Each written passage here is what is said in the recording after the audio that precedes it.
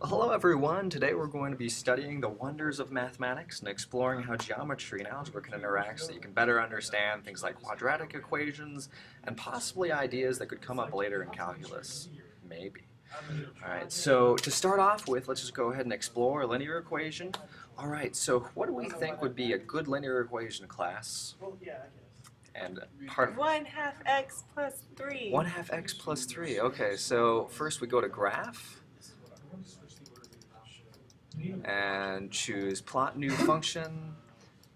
Alright, 1/2 x plus 3. Okay, so that's a nice looking graph, right? Yeah. Man, we could really take the area of that.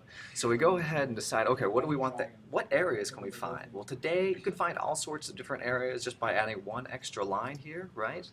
All sorts of different lines. But what we're really looking for is vertical lines.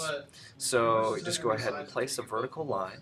And it's nice, this is a little bit off center, you can see. So it's nice if you start out with, if you maybe choose one that's on an integer for the x-axis. Okay, so what shapes do we see now, right? What shapes? Trapezoid. We see, okay, yeah, we see I heard two answers simultaneously. Both were right. In math, sometimes there's more than one right answer. English class doesn't always have that on us.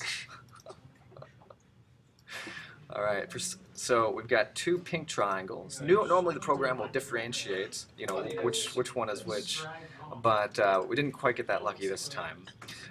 So I'm sure you guys remember what the formula for a square. Yes, we could right-click and change the color if you're really set on that. Good. All right, now we can differentiate. So this red one over here, we call what would we call this again?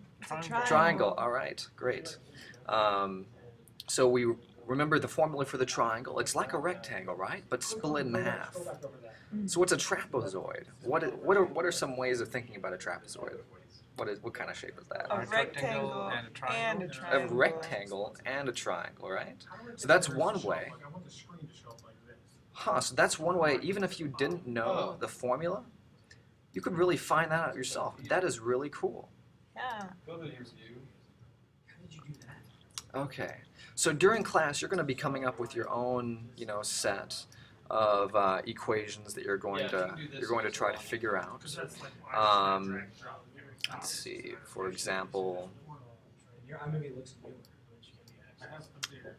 might have one that looks like this, in which you have two trapezoids. You might mess around and see, okay, assuming that this line, you'll want to put in your own equation.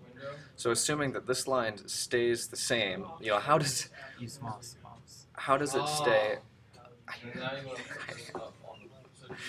How did the shapes change, and how does the area change? Now I've got something set up right now that's just a simple one. Okay, this triangle here, how does its area change? Now the height of E, that's actually calculated right now. You don't have to do this on your own. You'll be doing this more on paper. But how is this area E going to be changing as the triangle changes? So that remember that E is the area of the triangle. Good, good. Okay.